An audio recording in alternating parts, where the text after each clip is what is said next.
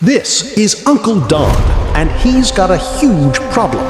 See, Uncle Don's jungle owes a lot of bananas to many, many creditors. 37 trillion bananas, to be exact. Now, that's bananas. That's over 1,000 times more bananas than there are monkeys on the entire globe. Potentially even more bananas than stars in the night sky. This is called the U.S. national debt. Here's the crazy part. That number doesn't just sit there. It can keep growing as the government continues borrowing money. But why does the U.S. government need to borrow so much in the first place? Well, every year, Uncle Don collects bananas from working monkeys who live and run businesses in the jungle. This is called taxes. The government then spends those bananas to run the jungle, build roads, pay soldiers, provide health care, and keep public services running. Okay, maybe not that one, but you get the point.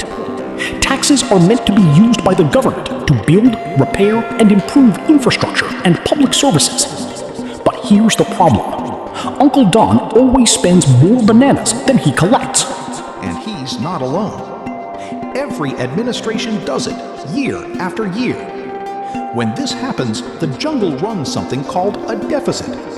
A deficit simply means the government isn't able to cover all of its expenses with the taxes it collects. Imagine Uncle Don collects 100 bananas, but spends 130. He's now 30 bananas short. So what does he do? He borrows them. Uncle Don borrows bananas today, promising to pay them back later. But later never seems to arrive. And this is where things start getting interesting.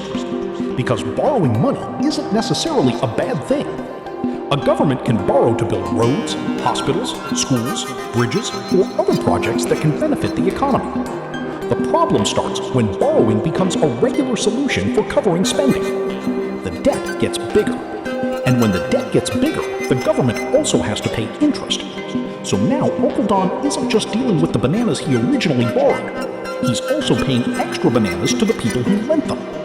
But who exactly is lending the U.S. all these bananas? Some bananas are borrowed from other monkeys in the jungle. Banks, investment funds, pension funds, even grandma monkey's retirement accounts.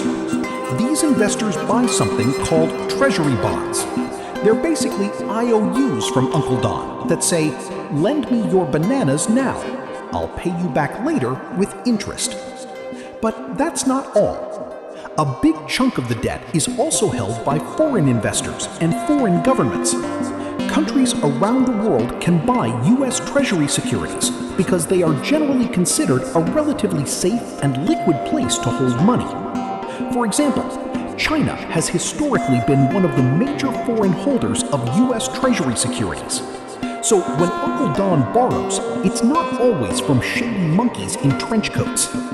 For a long time, investors trusted Uncle Don and the U.S. jungle to make good on its promises. And that trust is extremely important. Because if investors continue buying treasury bonds, the government can keep borrowing. But there's a catch. The stack of IOUs is getting very, very tall and very, very fast. Which brings us to the big question. Why does the debt keep growing? Borrowing bananas can't always be bad, right? Sometimes you need a little help to build something great. But borrowing too many bananas for too long comes at a cost. It's called interest. When Uncle Don racks up a huge debt, the monkeys who lend him bananas charge interest on what he owes. And the bigger the debt becomes, the more interest Uncle Don may have to pay. It's like a snowball rolling downhill. At first, it's small, but as it rolls, it gets bigger and bigger. Eventually, Uncle Don may have to spend billions of bananas every year just paying interest instead of paying down the original debt. And there's another important factor: interest rates. When interest rates rise, new government borrowing can become more expensive. That means more of the government's future budget can go toward interest payments. But wait, there's another major player in this story: the Federal Reserve. the feds aren't exactly part of the jungle government. They're a central bank with a different role. And when the Federal Reserve buys Treasury securities, it can create bank reserves electronically. This can influence financial conditions and make borrowing conditions easier or tighter, depending on what the Fed is trying to achieve. Some monkeys argue this helps stabilize the economy. Others worry that easier financial conditions can encourage even more borrowing. And that's just what happens inside the jungle.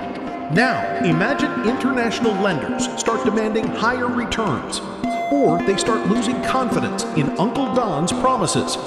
They could demand higher interest rates. And if borrowing becomes more expensive, the government has to spend even more bananas just to service its debt. But how does all of this affect regular monkeys like you and me? You might think, who cares? I got no bananas anyway. I'm right there with you, my friend. But you should care, because government debt can affect the entire economy. When debt and interest costs become very large, the government may have less room to spend on other priorities. That could mean higher taxes, reduced public spending, or both. It can also affect interest rates across the economy. And if government borrowing puts pressure on financial markets, businesses and consumers can feel the effects through borrowing costs. There's also another concern. If confidence in the US dollar weakens significantly, the value of the dollar could come under pressure, and that can affect the price of goods and services Americans buy. So the US national debt isn't just some giant number on a screen. It's connected to taxes, interest rates, government spending, businesses, investments, and ultimately your everyday life. The real question isn't simply how much debt does America have? It's this: how long can the jungle keep borrowing before the bananas finally become a problem?